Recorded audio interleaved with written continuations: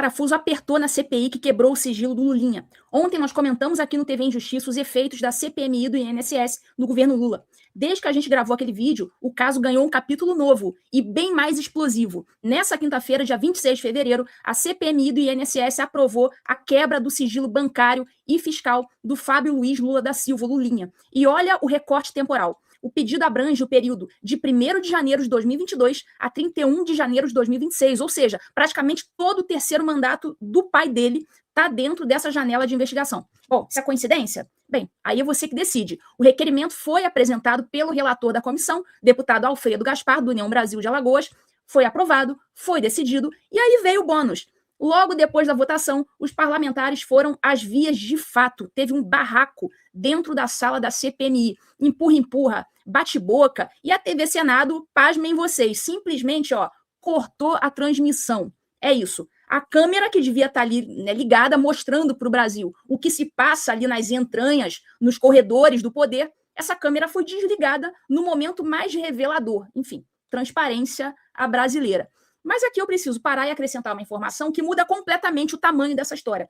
Porque o que a CPMI aprovou hoje não foi exatamente uma novidade para quem acompanha essa história de perto. Segundo o Poder 360, a Polícia Federal já tinha pedido a quebra dos sigilos do Lulinha em janeiro de 2026, ou seja, há mais de um mês. E o ministro André Mendonça já havia autorizado, ou seja, quando a CPMI votou hoje, as contas do filho do presidente já estavam, na prática, abertas para a investigação. E a coisa não para por aí. A Polícia Federal não pediu só a quebra do sigilo bancário e fiscal, pediu também o sigilo telemático, os e-mails do Lulinha. E o Mendonça autorizou que os provedores de internet preservassem esses arquivos pelo tempo que for necessário para as investigações. Banco, declaração de imposto de renda, caixa de entrada do e-mail, tudo aberto, tudo guardado. Agora, quem é André Mendonça? Para quem não lembra, ele chegou ao STF em dezembro de 2021, indicado pelo Jair Bolsonaro. Ele é o relator não só da investigação do INSS, mas também do caso do Banco Master.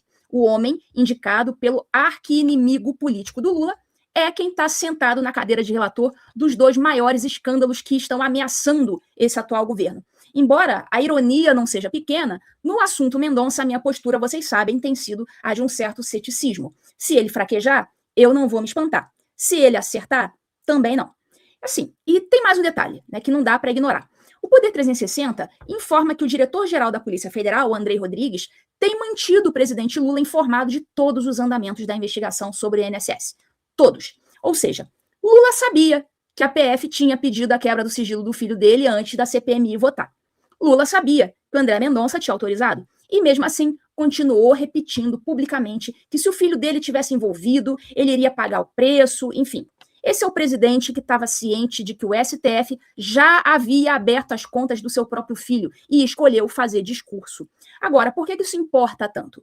Porque a gente não está falando de rumores ou de uma fonte anônima num Telegram de um oposicionista. A gente está falando de uma comissão parlamentar mista de inquérito, votando formalmente para vasculhar as contas do filho do presidente da República, ao mesmo tempo em que a PF, com o aval do STF, já estava fazendo exatamente isso. São 2 frontes simultâneos, um institucional no Congresso e o outro judicial no Supremo. E o filho do presidente ali no meio dos 2. E o contexto que alimentou essas decisões é ainda mais pesado.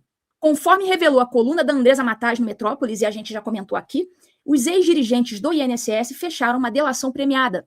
O ex-procurador Virgílio Oliveira Filho e o ex-diretor de benefícios André Fidelis estão se preparando para entregar, nas palavras da reportagem, o papel do Lulinha nos descontos indevidos do Instituto. E tem mais. Uma testemunha ouvida pela PF, um ex-funcionário chamado Edson Claro, afirmou que o empresário Antônio Carlos Camilo Antunes, popularmente conhecido como Careca do INSS, teria pago 25 milhões de reais ao Lulinha, além de uma mesada mensal de cerca de 300 mil reais. Gente, 300 mil reais por mês. Todo mês o cara recebendo ali 300 mil. Não é brincadeira, não.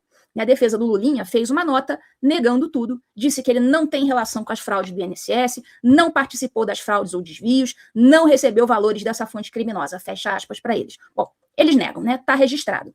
Mas a PF não quis esperar pela nota, já pediu a quebra de sigilo em janeiro. O STF não quis esperar, já autorizou. E a CPMI também não quis esperar, já votou hoje. 3 instâncias independentes indo na mesma direção. E não é o Lulinha, não é só o Lulinha. A mesma sessão aprovou a convocação do Gustavo Marques Gaspar, que é o empresário e ex-assessor do senador Everton Rocha, do PDT do Maranhão. O mesmo Everton que é vice-líder do governo no Senado. O senador foi alvo de busca e apreensão na Operação Sem Desconto, em novembro do ano passado. E há registros de que ele compartilhou o uso de um jatinho com o próprio careca do INSS. O Metrópolis obteve documentos que mostram que essa aeronave foi usada pelo menos 2 vezes em 2024 e o senador foi fotografado usando o mesmo avião para ir e voltar de São Luís em 2025. O cara é vice-líder do governo, usando o jatinho do suspeito, gente. Essa é uma linha de investigação que está aí ativa. Agora você me responde uma coisa. Como que o Planalto sustenta a narrativa de que esse escândalo não tem nada a ver com o governo? O Lulinha é filho do presidente, o vice-líder do governo no Senado, aparece no avião do lobista investigado, os delatores miram nomes que orbitam o poder. A PF, cujo diretor presta contas diretamente ao presidente, pediu a quebra do sigilo, o STF autorizou, a CPMI votou, tudo isso ao mesmo tempo, tudo no mesmo dia. Vamos relembrar o que eu disse antes. Em qualquer cenário, o governo perde politicamente. E agora ficou ainda mais claro por quê. Porque a quebra de sigilo, ela não é um fim, ela é um começo. O que aquelas contas vão mostrar para a gente? O que os extratos vão revelar? O que os e-mails têm dentro? Pode ser que não apareça absolutamente nada de irregular? Pode ser. Mas a partir de agora, qualquer movimentação que sair dali vai virar manchete. Qualquer depósito de valor expressivo, qualquer transferência para a empresa ou pessoa ligada ao INSS, qualquer inconsistênciazinha entre o que foi declarado e o que circulou nessas contas, tudo vai alimentar o noticiário pelos próximos meses. Meses que, não por acaso, nos aproximam cada vez mais das eleições de 2026. E olha a geometria política dessa história toda. O governo precisa do Congresso para aprovar medidas, para segurar aliados, para se blindar. A CPMI acaba de votar contra o interesse do Planalto. Os aliados que deveriam segurar essa votação não seguraram. E no STF, o ministro indicado pelo adversário histórico do Lula é quem está decidindo o destino do filho do presidente. Isso não é um sinal positivo para quem quer montar uma campanha de reeleição com base parlamentar e judicial sólida. Tem ainda o efeito cumulativo, que eu já mencionei antes, e que agora vai vir com ainda mais força. Delação premiada, mesada de 300 mil, 25 milhões pagos ao filho, PF pedindo quebra de sigilo em janeiro, André Mendonça autorizando, quebra de sigilo aprovada pela CPMI, briga na sala de comissão, TV cortada. Lula sendo informado de tudo pelo diretor da PF, tudo isso em poucos meses. Cada evento ali sozinho, isolado, pode ser minimizado. Mas e essa sequência toda em conjunto? A sequência toda, ela conta uma história. E essa história, por eleitor mediano que não acompanha os detalhes jurídicos, ela soa como assim, pô, isso aí nunca muda. E isso aí nunca muda é o pesadelo eleitoral do PT. Porque o Lula votou em 2022 prometendo que ia ser diferente, que os erros do passado tinham sido apreendidos, que o entorno dele ia ser limpo, que o filho dele ficaria fora dos negócios do governo.